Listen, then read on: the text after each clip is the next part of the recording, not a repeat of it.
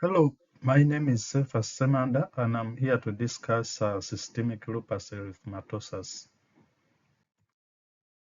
Systemic lupus erythematosus is a chronic autoimmune disease characterized by periods of remission and flare-ups and presence of autoreactive B cells producing autoantibodies against nuclear and cytoplasmic antigens. It causes inflammation in the skin, joints, kidneys, blood, and nervous system, with symptoms ranging from mild and self-limiting to severe, causing life-threatening organ damage. The global prevalence of SLE is estimated at 43.7 per 100,000 persons, with a female to male ratio of 9 to 1. SLE is also more common in individuals of African, Asian, or Hispanic descent than those of European descent. SLE pathogenesis involves both the innate and adaptive immune systems, with a significant role played by genetic predisposition and environmental factors.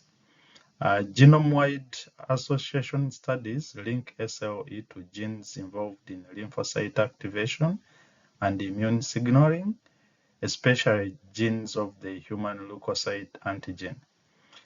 Environmental factors such as UV light have also been implicated to induce apoptosis in skin cells, leading to the release of nuclear antigens that can form immune complexes with autoantibodies. Viral infections too, such as Epstein-Barr virus, have been implicated in promoting B-cell activation and autoantibody production.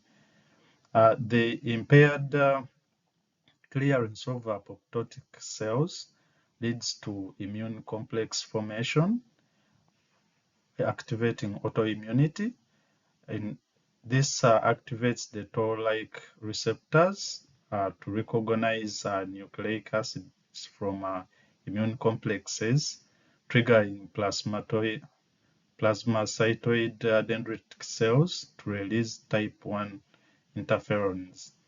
These drive T cell activation and B cell differentiation and autoantibody production. Dysregulated T cells and B cells interact with B cells presenting to T cells to sustain autoimmunity. A diagnosis of lupus is made based on clinical symptoms, physical examination, and blood tests.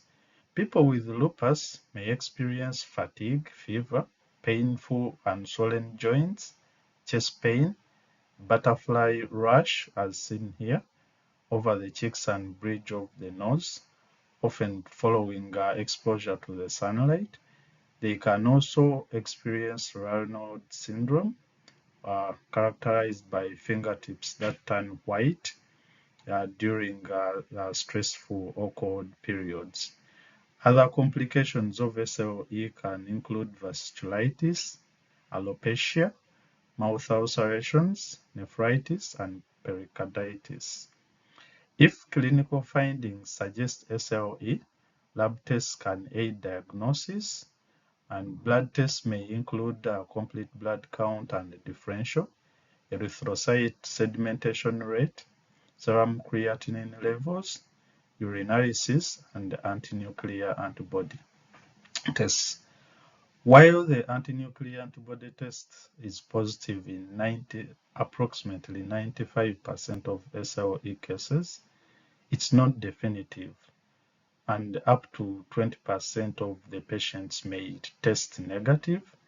So in that case, all positive ANA cases would take additional tests like anti-double-stranded DNA antibody test and anti-Smith antibody test to help confirm the diagnosis.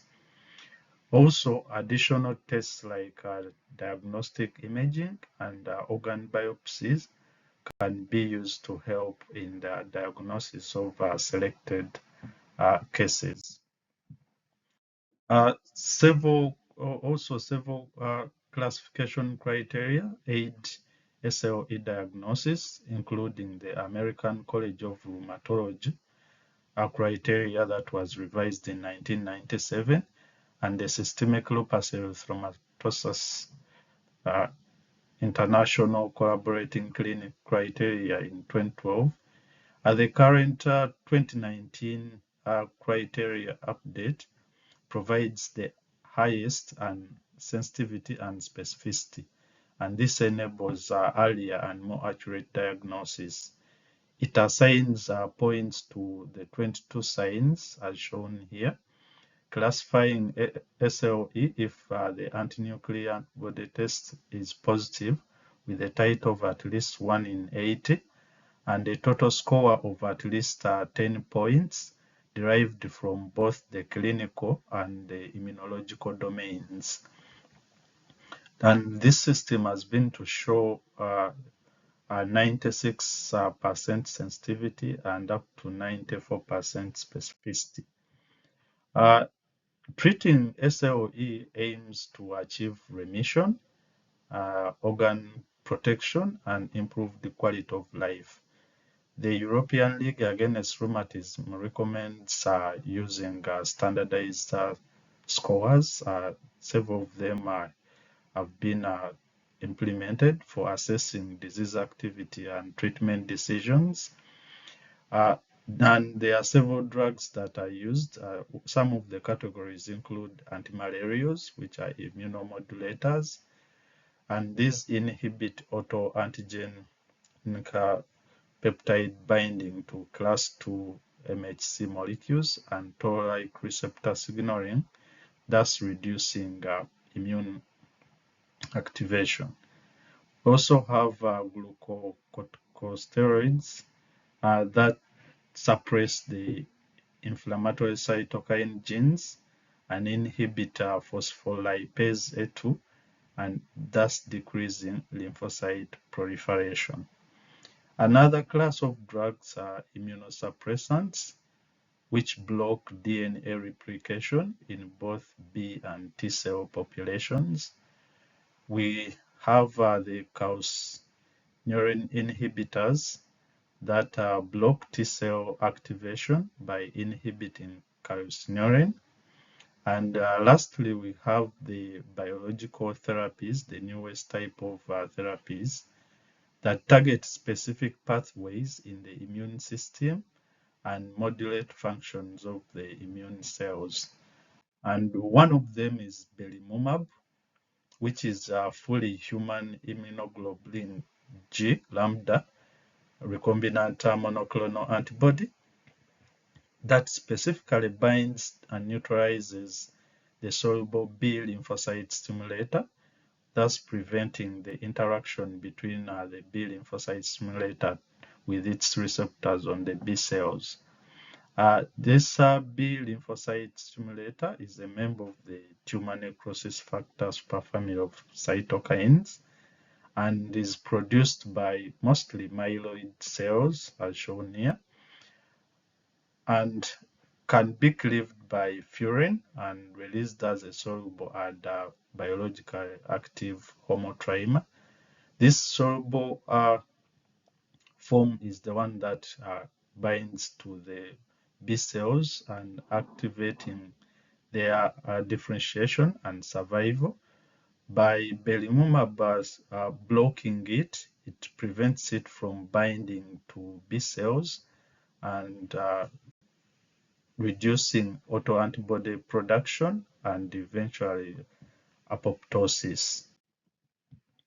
Belimumab was developed using the phage display technology, and this technology basically uses genetically engineered bacteriophages like phage M13 to display antibody fragments. An antibody library is created from RNA of those antibody expressing cells, inserted in a phage display vector, and then introduced in E. coli, generating a diverse phage library.